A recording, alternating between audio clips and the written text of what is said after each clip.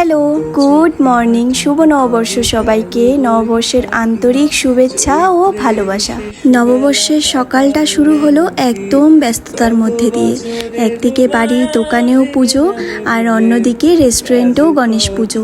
দুটো একসাথে সামলাতে ভোরে সেই 5:30টায় উঠে পড়া, স্নান করে নতুন জামা পরে একদম রেডি।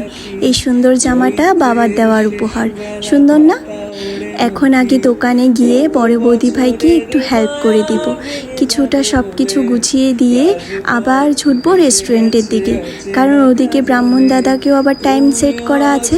সব মিলিয়ে আজকের দিনটা একদম দৌড়ের উপর। কিন্তু নববর্ষ মানেই তো নতুন শুরু আর অনেক এনার্জি।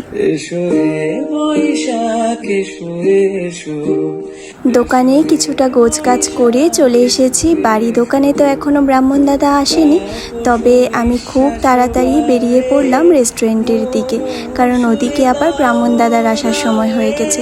যাওয়ার পথে মিষ্টিও নিয়ে নিলাম।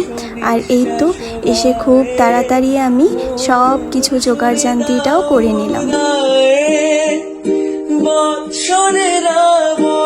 এতই ব্যস্ত হয়ে পড়েছিলাম যে কোনো রকম কোনো ভিডিও ক্লিপই নেওয়া হয়নি। যতটুকু পেরেছি ততটুকু নিয়েছি। আসলে মাথায় ঘুরছিল এই তো এখনই ব্রাহ্মণ দাদা চলে আসবে। এই তো ব্রাহ্মণ দাদা এসেই পুজোতে বসে পড়েছে।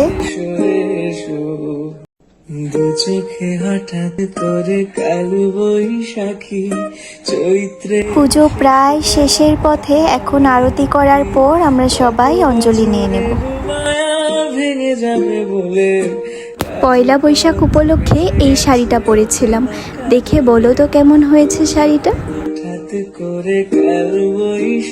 চলুন পুজোর প্রসাদটা নিয়ে নিয়ে এবার তারপর বাড়ির দিকে রওনা দিব, কারণ এখন অনেকটা সময় হয়ে গেছে। সেই সকাল থেকে দৌড়াদৌড়ি, আবার বিকেল হতে না হতেই রেস্টুরেন্টে চলে আসতে হবে।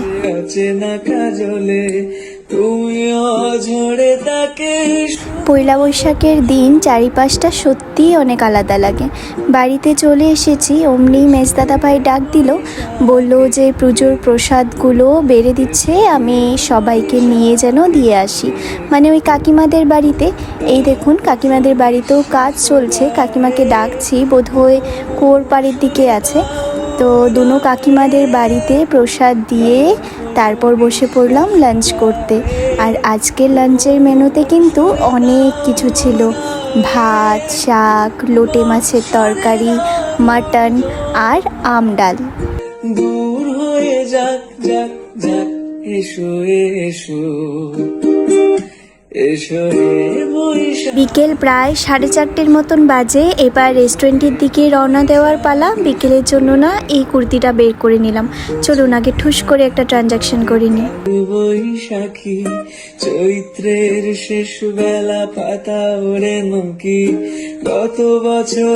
গরমটা এখনো একদম কমেনি, রোদটাও বেশ চড়া। তাই ভোরে ভোরে সানস্ক্রিন লাগিয়ে নিলাম। তারপর একটু করে ব্লাশ, যেটা না লাগালেই নয়। হালকা একটু কাজলও দিয়ে নিলাম। তারপর একটু লিপস্টিক, ও হ্যাঁ অবশেষে ছোট্ট একটা টিপ। এই তো আমি তৈরি। এবার চলো বেরোনো যাক। চলে এসেছি রেস্টুরেন্ট। চলো ভিতরটাতে যাই। আজকে একটা ছোট্ট ডেকোরেশন আছে, সেটাই এখন গিয়ে করব। শুধু ভালোবেসো। আজকের পুজোটা সত্যিই খুব সুন্দরভাবে সম্পূর্ণ হলো। সন্ধ্যা তো নেমে গেছে, তাই কোনো বাবার সামনে প্রদীপ জ্বালিয়ে শান্তভাবে আরতিটা করে নিলাম। এই মুহূর্তগুলোতেই না একটা আলাদা শান্তি আর পূর্ণতা থাকে। বেচারার শরীরটা অনেক খারাপ, না ঠিক মতন হাঁটতে পারছে না চলাফেরা করতে পারছে। দুদিন ধরে তো অনেক পরিশ্রম করেছে, তাই এখন শরীরটা একটু খারাপ করেছে।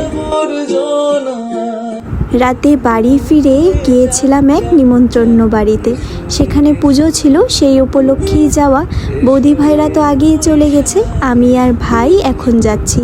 এই তো আমাদের দুনো ছেলে এখানে বসে আছে, বৌদি ভাইরাও এখানে বসে আছে, আমার বোন আছে, কাকিমাও আছে, তো সবাই আছে। ওরা সবাই তো আগেই এসে পড়েছিল, তো আমি আর আমার ভাই এখন এসেছি। প্রচুর লোকজন এসেছে। আর এই যে মেজ বৌদি ভাইয়ের কোলে পিচ্চিটাকে দেখুন, কি মিষ্টি না দেখতে। রাত প্রায় অনেক হয়ে গেছে, এখন 10:30টার মতন বাজতে চললো। আমরা বসে পড়েছি খেতে, কিন্তু হয়েছে এক বিপদ। ঝমঝমিয়ে বৃষ্টি নামলো। এখন সবার মাথাতে টেনশন, আমরা বাড়ি কি করে যাব। চলুন, এই ছিল আজকের ছোট্ট একটা ভিডিও। মনে হচ্ছে বৃষ্টিটাও একটু একটু কমেছে। এখন বাড়ির পথে রওনা দিই। তাহলে আজ আসি, চলো টাটা।